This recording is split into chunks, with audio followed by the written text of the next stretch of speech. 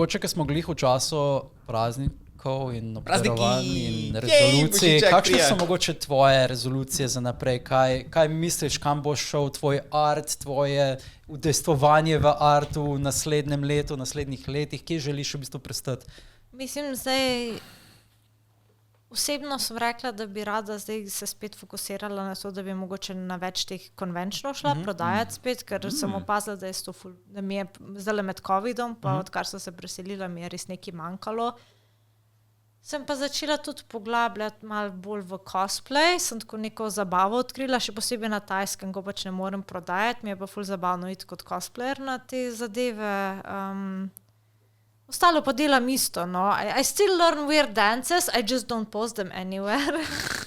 Pravi, če TikTok. Ampak še vedno uživaš v plesu. Ampak zdaj se bolj ukvarjam s cirkusom pa akrobatiko, ampak sem tako najdla par cosplayerjev, ko delajo isto in sem že jaz bila tako combining that with cosplay, Kaleidostar, real life.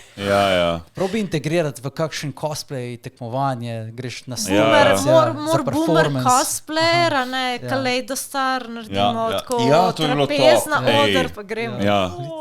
To je bilo zakon. Ker imamo toliko različnih kategorij, ni nujno, da si nek folkcraft dober v tem, pač imamo kategorije za novince, kategorije za performance in tako naprej. Mislim, to bi jaz performance tako zelo cenim, no. Tudi primer ta, ki je zmagala zdaj na Zdi se mi, da tega manjka, pač pa nas smo imeli vedno ta walk-through, in nikoli ni bilo zares. Meni je všeč, ko se folk uživi v svoje karakterje. Ali pa skušajo neko sceno iz animeja predstaviti. Pač ta Pokemon scena je bila zakon, pač boj. Jaz imam zdaj tako nek plan, to je v bistvu moj plan za naslednje leto, da bi se mogoče celo pridružila cosplay tekmovanju.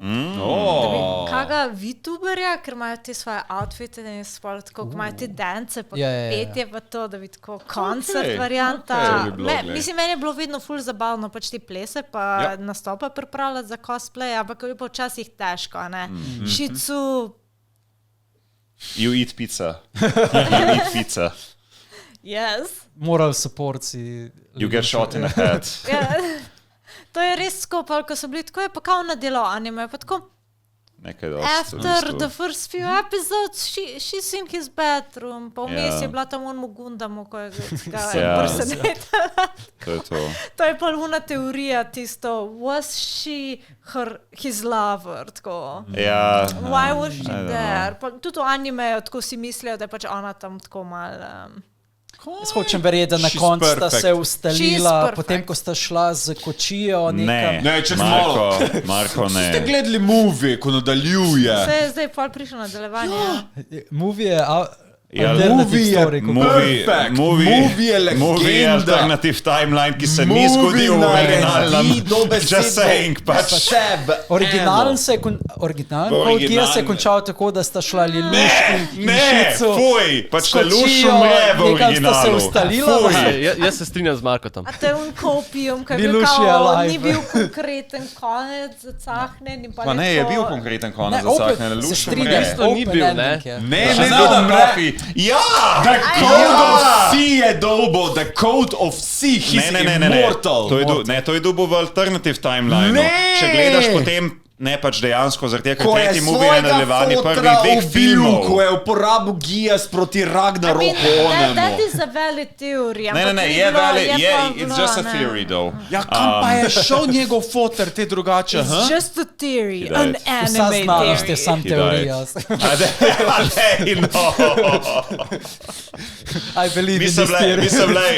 Lej, pač ta spor je bil tako kontroverzen, da so za filme potem mogli narediti alternative timeline. In prva dva filma, ki delujeta kot tribut serije, dejansko spremenita par zadevic, da potem, na podlagi teh imaš potem tretji film. Ni res, to so hoteli samo bolj predložiti novi generaciji. Lelouch je actually alive.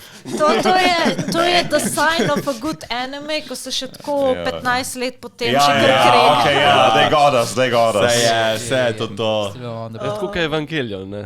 Konc koncev. Se tudi Evangelion je never ending story. Znam pa ful nimam pojma, kaj se je sploh zgodil. Ja, se tudi jaz več, ne? The clap. Clappy clap.